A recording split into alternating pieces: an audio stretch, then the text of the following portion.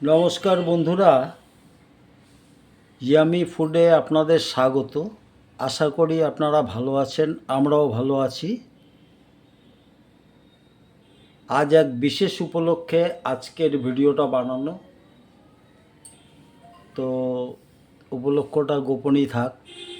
5 রকম ভাজা রয়েছে, তাতে পটল ভাজা, কাঁকরোল ভাজা, আলু ভাজা, মিষ্টি কুমড়া ভাজা। এই হচ্ছে ভাজার মধ্যে।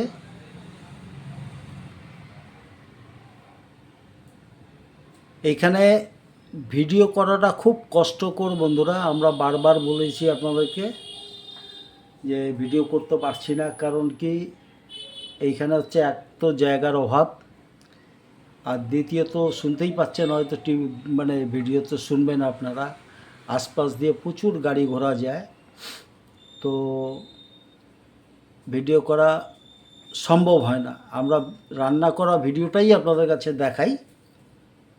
তো এটা হচ্ছে ভাজার গেল।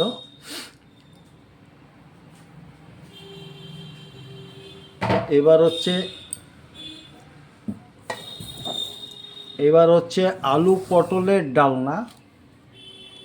যেহেতু আজকে শুক্রবার, আমরা নিরামিষ খাই, তো নিরামিষ আইটেম হচ্ছে।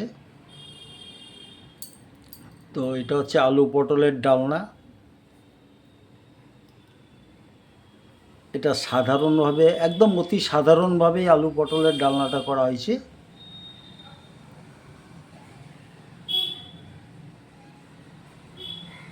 তো বন্ধুরা দেখবেন যে মশলা কম দিয়ে যদি রান্না করেন, সেই রান্নার টেস্ট আলাদা হয়। তো আমরা এর মধ্যে মশলার মধ্যেই শুধু টমেটোটাই ব্যবহার করেছি, আর অন্য মশলা দেওয়া হয়নি। আর তার মধ্যে হচ্ছে আজকে নিরামিষ, তো নিরামিষের মধ্যে কী আর দিব।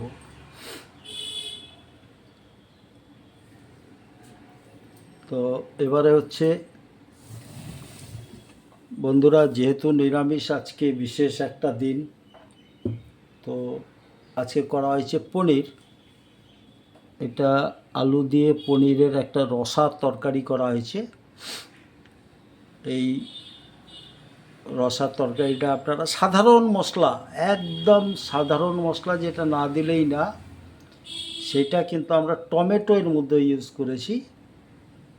আর টমেটোটা ইউজ করতেই লাগে, না হলে ঝোলটা একটু ঘন হয় না আর কি।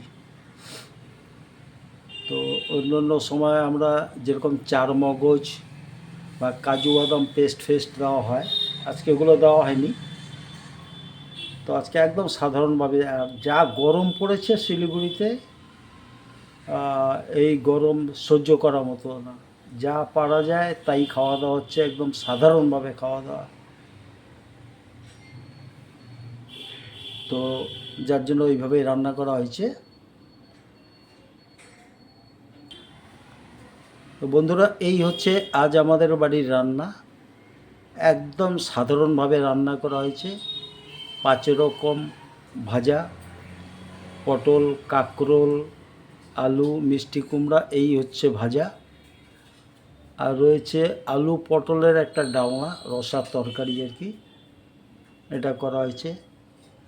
আর পনির রান্না করা হয়েছে আলু দিয়ে, সাধারণভাবে, কোনো রকম ঝামেলা ছাড়া, মশলার মধ্যে রিচ করিনি আর কি, সাধারণভাবেই করা হয়েছে।